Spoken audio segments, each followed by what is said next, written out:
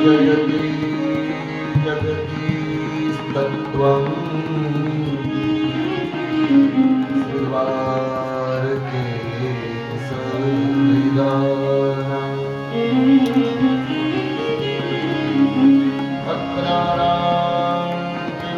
अत्रारामस्य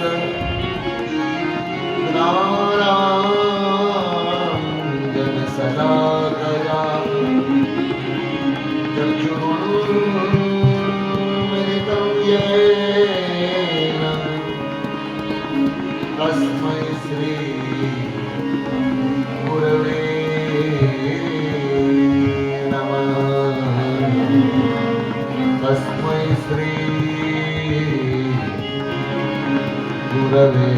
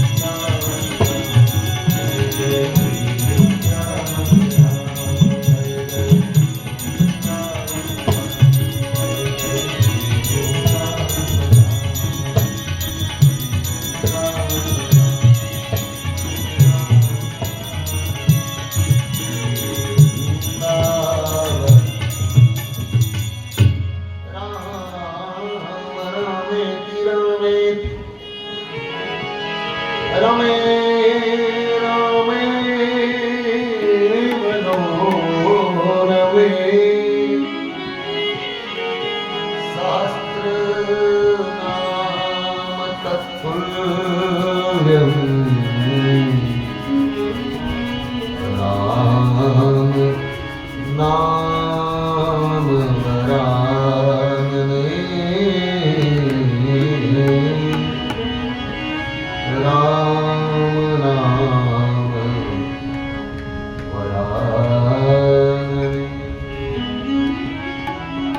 પૂર્ણ પુરુષોત્તમ દયાનિધાન ભગવાન શ્રી રાઘવેન્દ્ર સરકારના યુગલ ચરણોમાં પ્રણામ પાઠવી માં જાનકીને વંદના કરી ગઈ.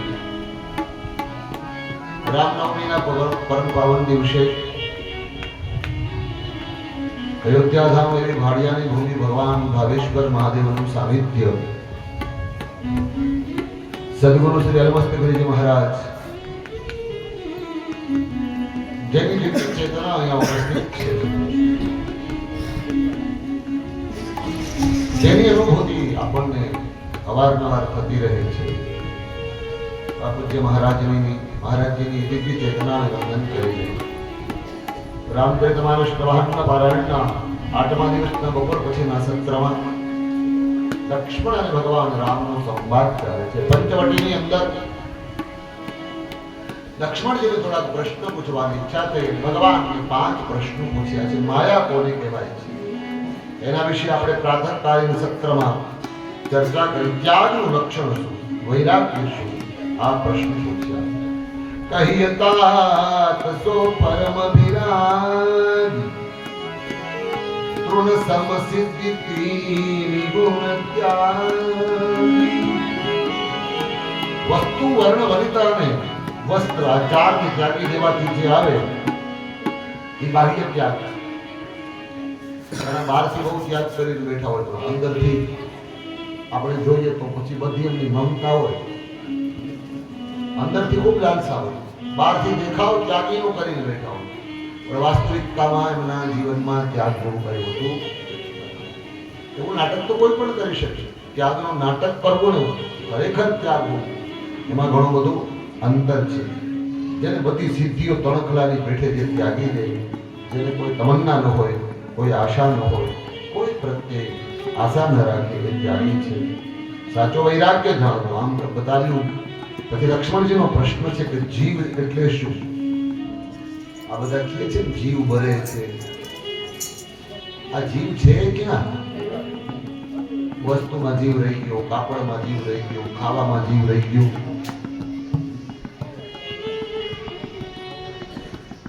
અનેક બાબતોમાં આપણો જીવ ભટકતો હોય, જીવ રહી જતો હોય છે. તો આ જીવ કેવડો છે? જીવની સાઈઝ કેટલી? 2 કિલોનો છે જીવ, 2.5 કિલોનો, 500 ગ્રામનો. તમે કોઈ જીવને જોયો?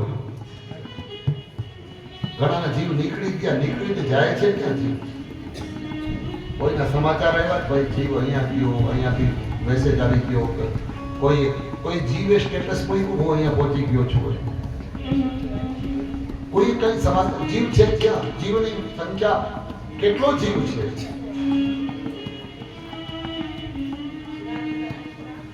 આ જીવ શરીરની અંદર 5 ફૂટમાં 6 ફૂટની કાયદામાં તમારો જીવ બળે છે, તો એને બાળવા વાળા માટે બળતણ કોણે નાખ્યું? એ બળે છે તો ધુવાડો કેમ નથી નીકળતો?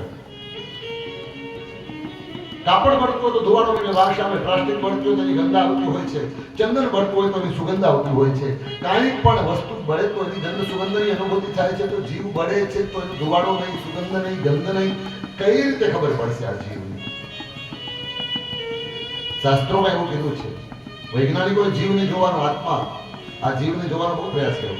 કીડીમાં એક જીવ હોય, હાથીમાં એક જીવ હોય છે, માણસમાં એક જીવ હોય છે, તમારામાં છે. બધાની આત્મામાં કઈ વધઘટતું હોય કે ભાઈ અમુક જ્ઞાતિ પ્રમાણે વજન હોય, 250 ગ્રામનો આત્મા દરબારો છે, જરાક માથા ભારે હોય કે શક્તિશાળી હોય તો એનો 2.5 કિલોનો આત્મા હોય. બ્રાહ્મણ હોય તો વધારે તપ કરતા હોય તો એનો 4 કિલોનો આત્મા હોય. રાજકારણી મોટા પદ ઉપર પહોંચી જાય, આત્માનું વજન. શરીરના વજન સાથે આત્માના વજનને કાંઈ સંબંધ કે નાતો છે જ નહીં.